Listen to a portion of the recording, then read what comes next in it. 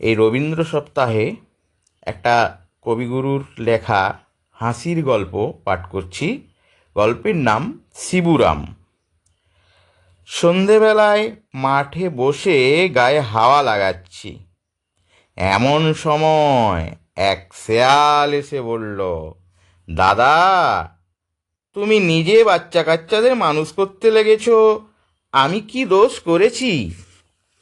জিজ্ঞাসা করলাম, কি করতে হবে শুনি?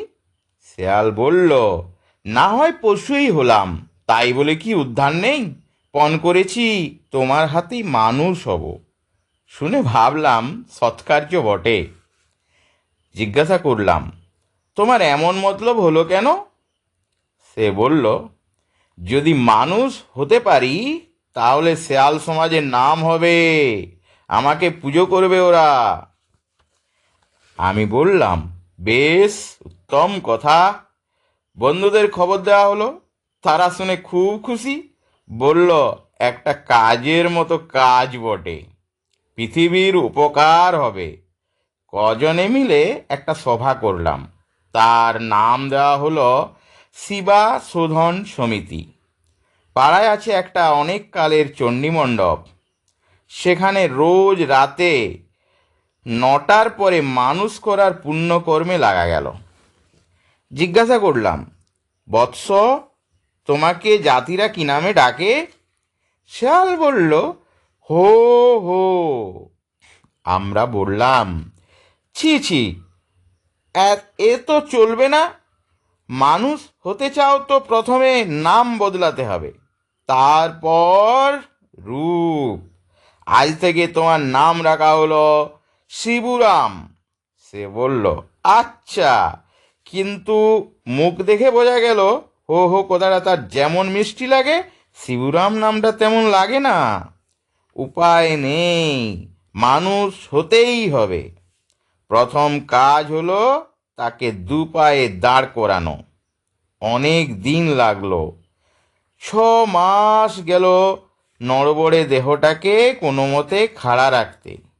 থাবাগুলো ঢাকবার জন্য পরানো হলো মোজা, দস্তানা ও জুতো।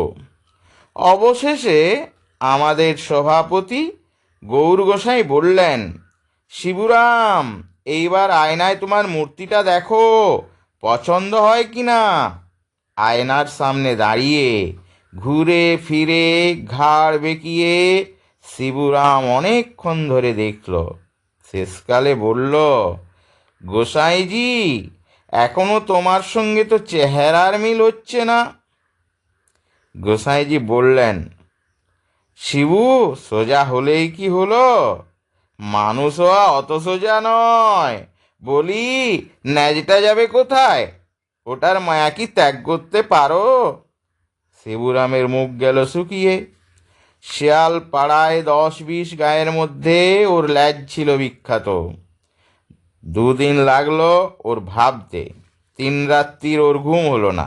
শেষকালে 4 দিনের দিন এসে বলল, রাজি।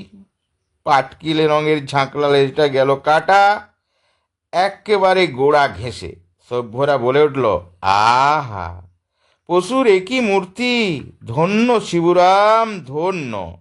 শিবুরাম একটু গভীর দীর্ঘ নিঃশ্বাস ফেলল।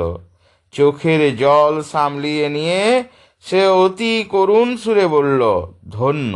সেদিন আর আহারে রুচি হলো না। সমস্ত রাত সেই কাটা লেজের স্বপ্ন দেখলে। পরদিন শিবুরাম সবাই এসে হাজির। গোসাইজি বললেন, কেমন শিবু, দেহটা হালকা বোধ হচ্ছে তো?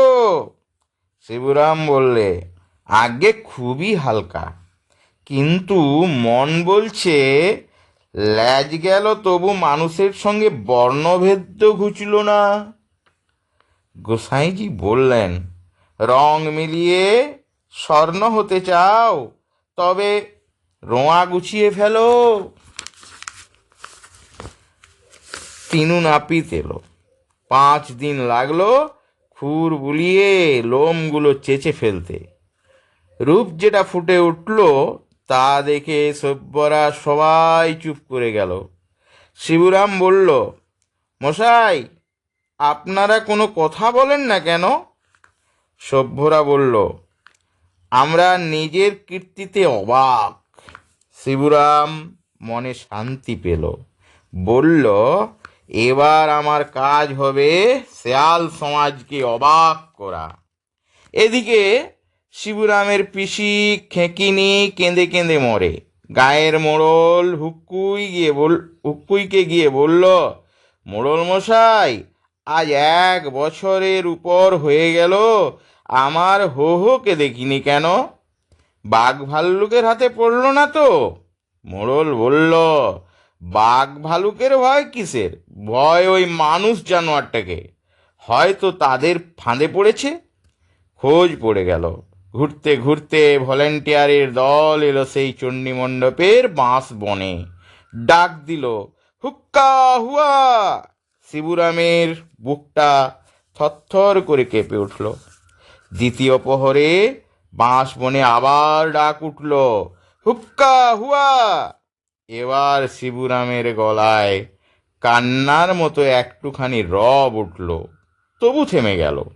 তৃতীয় প্রহরে ওরা আবার যখন ডাক ছাড়ল, শিবুরাম আর থাকতে পারল না, ডেকে উঠল, হুক্কা হুয়া। হুক্কই বলল, ওই তো গলা শুনি, আর একবার হাঁক দাও তো। ডাক পড়ল, হো হো। সভাপতি বিছানা ছেড়ে বসে বললেন, শিবুরাম। বাইরে থেকে আবার ডাক পড়ল, হো হো। গোসাইজি আবার সতর্ক করে দিলেন। তৃতীয়বার ডাকে শিবুরাম ছুটে বেরিয়ে আসতেই শেয়ালরা দিল দৌড়। হুক্কাই হুয়া হু হু প্রভৃতি বড় বড় শেয়াল বীর আপন গর্তের ভিতর গিয়ে ঢুকল। সমস্ত শেয়াল সমাজ স্তম্ভিত। তারপর 6 মাস গেল। শেষ খবর পাওয়া গেছে, শিবুরামকে হেঁকে বেড়াচ্ছে, আমার ল্যাজ কই, আমার ল্যাজ কই। ধন্যবাদ।